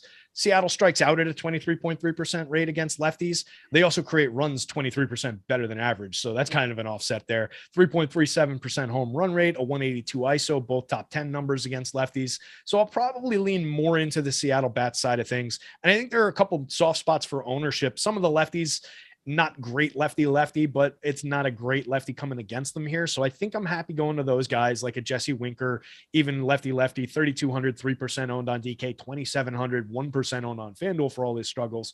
JP Crawford, lefty, Adam Frazier, lefty. And then you get the righties like Julio Rodriguez, who you mentioned, Ty France, who's having a great start to his year, Eugenio Suarez, who has a ton of power in that lineup. I'm just going to be looking more to those guys, but I think you can get to some shares of Logue. 18.9% strikeout rate is not great, but there's enough at low ownership that I think it's somewhat justifiable. All right, we move along to our Milwaukee Brewers. That's not true at all. They're just a team. Milwaukee Brewers up against the San Diego Padres. Adrian Hauser, Nick Martinez on both sides of this one. Hauser, pretty unappealing, 19.6% K percentage here, 1.35 whip. Good ballpark. That's the nicest thing I can say. Nick Martinez, though, 25% K percentage. At least the strikeouts are starting to show up because some of the other stuff is problematic. 10.4% walk rate, not great. 494 expected slugging. This contract, I don't think San Diego's just kicking themselves yet, but they're probably not that enthusiastic to know that they overpaid. Regardless, either pitcher stand out for you today? The price on Adrian Hauser definitely stands out at 9,400 on the FanDuel slate. I don't know where that comes from. 8,900 on DK. It's just not great. Yeah. And, the Padres lineup is one that I've thrown pitchers at to varying degrees of success throughout the season, but I just don't think there's a ton of strikeout upside for them. Against righties so far this year, San Diego, 23.4% strikeout rate, no real power to speak of, 8% worse than average creating runs. So maybe there's a little bit there. I just don't think it's right for the price, though. Like, I'd rather just spend that money elsewhere on other pitchers, even if they're higher owned. There's better spots on the board. Nick Martinez on the other side. Yeah, I agree. Nobody in San Diego really patting themselves on the back, but they're also, nobody's getting fired necessarily over that signing is probably the best I can say about it. 10.4% walks to completely erase the 25% strikeouts, a 133 whip, allowing 42.4% hard hits, a 13% barrel rate. Probably more reasons to lean into the Brewers and some of that home run upside. I'm getting some pretty nice home run marks on Milwaukee here. So probably a lot more on the Bats and probably more on the Milwaukee side of that equation. Yep, I'm with you. I think that we just talk offense here. If you get to some shares, you know what you're doing. They're really low owned. You have positive leverage. It's not going to work out for you a whole heck of a lot of the time. 8.3% top two pitcher percentage for Adrian Hauser. So less than 10% of the time will he finish as the top two pitcher. But there's times that he can work out not as a top two pitcher, and that's what people don't understand. And if he gives you a different type of roster construction, 8,900, whatever, but I can't imagine clicking his name before Luis Garcia for 200 less on DK. That's kind of what you're running into. And same thing, Nick Martinez, K percentage has been better, but 8,700 identical number as Luis Garcia. Best of luck clicking that name first, but that's why you do it. Lower ownership. Let's talk Milwaukee Bats. You said you had some power numbers. I'm guessing Rowdy Tellez. Let's get rowdy with it. Soldier Boy, tell him. Christian Yelich, 546 expected slugging. Starting to come back, starting to hit the ball in the air a little more, nearly a 9-degree launch angle. It's coming around. Yep. How do we feel about Milwaukee? Yeah, definitely a spot I want to get into. They are way too low owned, honestly, for going up against a pitcher who gives up that much hard contact, that big a barrel rate. The exit velocity is only 88 miles an hour. The launch angle is only 11.6 degrees. So it's not perfect home run trajectory, but a lot of the home run upside is coming through for several of the hitters you just named. Rowdy definitely pulling a big number. Yelich right there with him. Luis Urigas with 3 position eligibility on FanDuel, 2 position eligibility, 4,800 on DK, only 5% owned is super interesting to me. Colton Wong is a serviceable leadoff man, or if he's hitting like 6th or 7th in this lineup, he's serviceable down there as well. Hunter Renfroe, 4,600 on DK, 0.7% owned. That's a mistake. 3,200 on FanDuel, 0.5% owned. I don't really care that it's righty same-handed here. Hunter Renfroe's got a tremendous amount of pop, 9 home runs on the season. I can definitely roster him at low ownership. Andrew McCutchen, yeah, this lineup plays at least like 1 through 7, depending on the configuration. I don't love the Jace Peterson bottom part of it, but even Tyrone Taylor is a little bit frisky for very low cost. 43.7% hard hit, 9.9% barrel rate, $2,100 on FanDuel, 29 on DK. You can sign me up for some shares of Tyrone Taylor. 521 expected slugging, actually better than Hunter Renfroe in the year. And Hunter Renfroe has had some massive, how much revenge does Hunter Renfroe have in his heart against San Diego? Oh, that's right. Yeah. I wasn't even thinking along those. Oh yeah. They shipped him out for a bag of potato chips to Tampa Bay. That's it. Yeah. That thing's going to be coming in looking like a beach ball to him today. That's it. All revenge. For like 1 year, 2 years in San Diego. I don't know. He's been around. Yeah. We know what he does. He mashes lefties, but we'll kind of see how this takes place, because Nick Martinez confirmed not left-handed. Let's go to San Diego on the other side here. I think it's, for me, Machado. I think it's maybe a share of Hosmer or 2. Decent enough marks for him, but I don't really like stacking up San Diego ever. What sticks out for you? Yeah, I don't stack this team all that often. I get to shares of Manny here and there, and not really all that many other hitters until Fernando Tatis comes back. It's just, he is what makes this lineup really appealing. I would take minor shares of Cronenworth, Eric Hosmer around the sides of Manny, but it's probably a 3-man for me. I'm not really all that interested in Robbie Cano, Will Myers, Jerkson Profar. Hasson Kim has had a frisky kind of a season with 4 home runs and 3 stolen bases, but 222, 313, 402. Not a lot to really target there. He was a nice player in the KBO, but he's kind of over his head here in the show so far. So not really getting to a ton of Padres. I think the players I want are getting a little bit of attention. I don't really believe in Hosmer. He was an elite prospect coming up 10, 12 years ago, whatever that was, but he's kind of proven that he's not that guy. So I think there's a lot of happenstance in the 319, 376, 458. The ISO is only sitting at 139 for Hosmer and 4 home runs on the season. So it's not even like he's showing a lot of power. It's just a nice run creation mark, decent hit tool so far this season. I expect him to regress and kind of finish the year as the Eric Hosmer we know and don't really love, because boy, he's on my dynasty team, and he has been for the better part of the decade. He's like my captain on that team just because he's been there forever. But he's rarely ever in the lineup. I know. But I can't bring myself to cut him. Yeah, it's like who's the guy? Robinson Chirinos. That was a guy that I had forever, and it was fun until it wasn't. It's kind of how Eric Hosmer is. It was fun until it wasn't.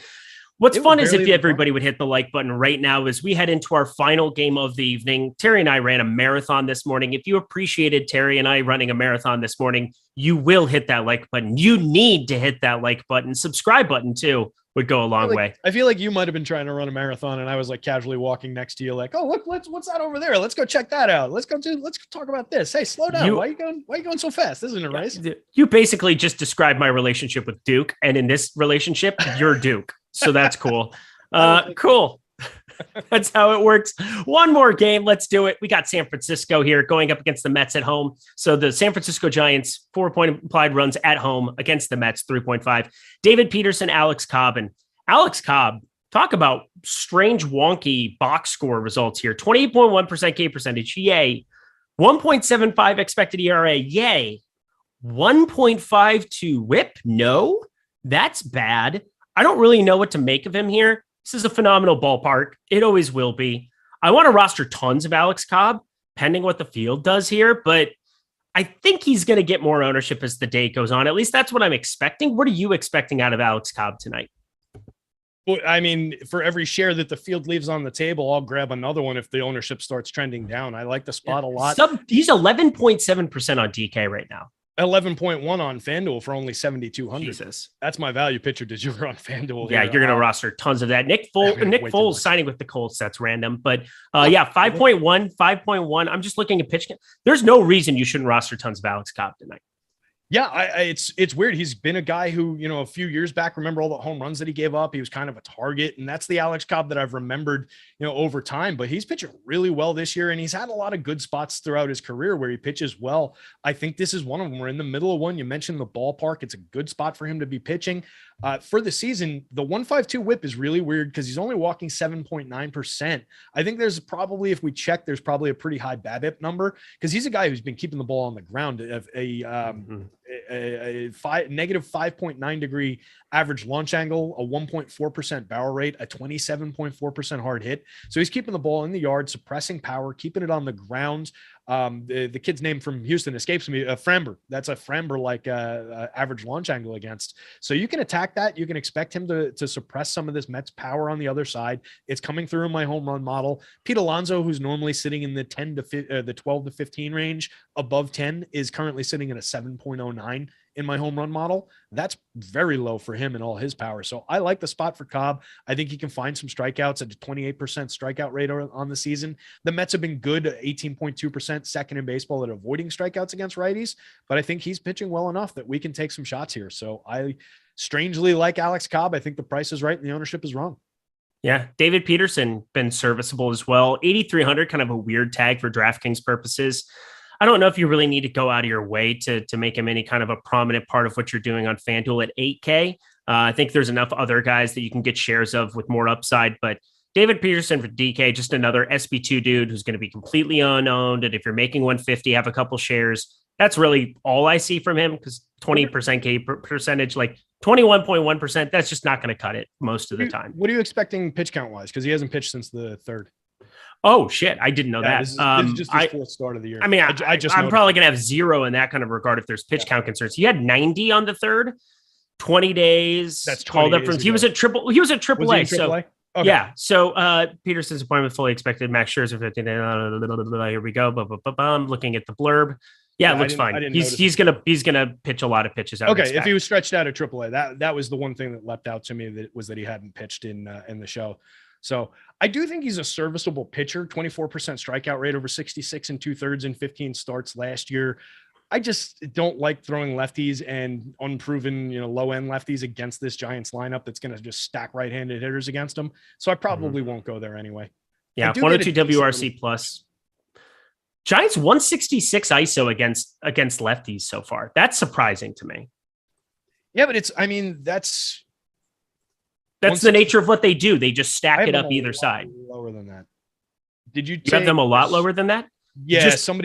Did you take probably Brandon Belt? Because you do it individually, right? I do. Belt just went on the IL, so it's probably that would be why. Yeah, they're sitting at 131 against lefties. Okay, without Brandon Belt in there. So that's San Francisco wasn't on a main slate. I don't think the last 2 games or last 2. I think it was just yesterday that it happened. So probably just Oh, okay. You didn't catch that update on. All right, they weren't on the main slate yesterday, so I didn't update it until we're sitting here. Wilmer Flores is probably going to play first, but that brings probably Estrada into the lineup, and yeah, that's a gigantic downgrade. Yeah. So, I mean, yeah, maybe at no ownership, 8,000 on FanDuel, 8,300 on DK. Maybe you can get away with a couple shots with Peterson. I wouldn't expect much from him, but he is a decent enough strikeout guy. There are some strikeouts in that lineup for him to find. So I'd be concerned. It's a spot where I'd be definitely sweating that they're going to just unload some homers on him. You've got a couple platoon specialists like a Wilmer Flores, who's made his living for his entire career hitting left-handed pitching. So I don't love it, but maybe knowing that where the numbers are where they are, maybe I'll take a couple extra shots here. Maybe a few darts. Anything else from this one? With all that in mind, you can grab some of those right-handed bats from the Giants side of things. I wouldn't target too many Mets bats, but they are very, very low owned for what is a good lineup. So if you get that odd Alex Cobb day where his ground ball stuff isn't working, he gives up a couple long balls, it wouldn't hurt you to have a few shares of Mets here. All right. Well, I got to get myself on out of here. I got to go pick up some breakfast. Wife's birthday. Happy birthday, wife. But either way, guys, here we go.